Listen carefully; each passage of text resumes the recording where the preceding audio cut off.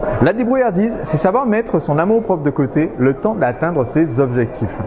Il y a 2 jours, j'ai mis sur notre page Facebook un message pour faire un appel à bénévoles. Je cherchais quelqu'un qui pourrait m'aider à mettre la musique en fait pendant mon événement Entrepreneur Libre, qui est un événement sur 3 jours.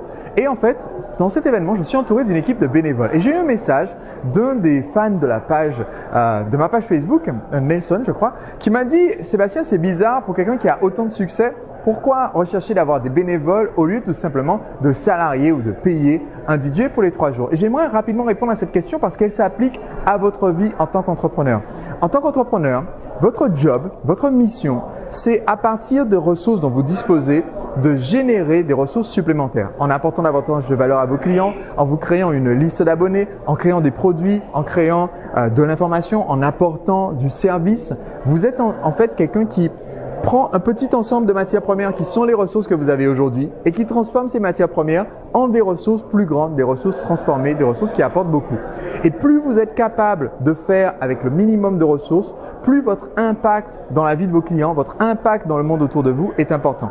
Et c'est pourquoi dans mes séminaires, je fais appel à une équipe de bénévoles.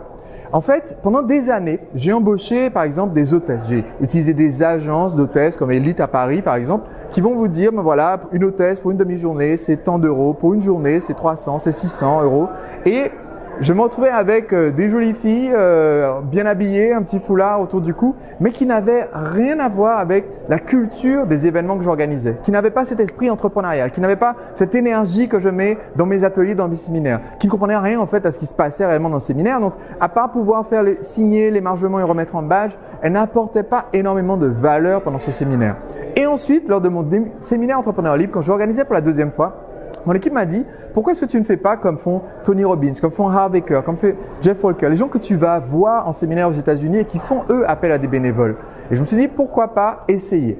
Et là, j'ai envoyé un email aux personnes qui venaient, qui avaient participé déjà à l'événement, en leur proposant de revenir en tant que bénévole, de faire partie de mon équipe, d'être à mon contact, au contact des gens de mon mastermind, les agisseurs. Et croyez-moi, ça fait une différence phénoménale. Parce qu'au lieu d'avoir 12 hôtesses, on va dire, sous emballage, achetées au supermarché d'employés du staff qui vous connaissent pas, j'avais 12 personnes qui avaient suivi mes formations, qui avaient suivi mes ateliers, qui avaient suivi mes séminaires, qui venaient avec une énergie, un sourire, qui étaient capables de conseiller les gens qui étaient présents, qui pouvaient apporter un petit plus, une clarification quand quelqu'un avait une question. Vous pouviez demander à la personne qui était au fond et qui s'occupait de la sécurité. Cette personne connaissait le contenu du séminaire. Le gars qui faisait la sécurité d'ailleurs, Jean-Pierre par exemple, il a une entreprise, il travaille dans un syndic et ils font un chiffre d'affaires important, lui et ses associés, mais il est venu de façon très humble donner un coup de main parce qu'il voulait me rendre un petit peu de tout ce que je lui avais apporté. Et donc, c'est pour ça, Nelson, que je fais appel à des bénévoles. C'est parce que ça apporte tellement aux gens qui sont dans l'assistance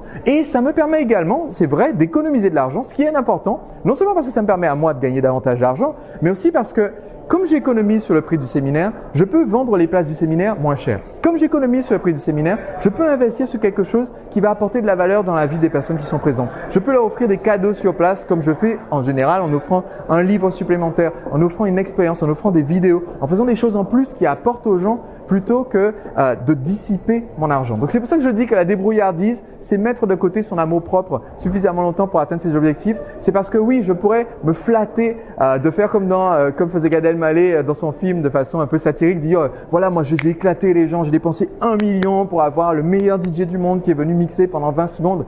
Mais je préfère plutôt avoir une équipe de passionnés et c'est pour ça que je fais appel à des bénévoles et que je vous encourage dans la gestion de votre entreprise à penser à comment vous pouvez utiliser les ressources que vous avez pour obtenir l'impact maximal au lieu de toujours utiliser la ressource argent quand vous voulez développer votre impact. Donc voilà,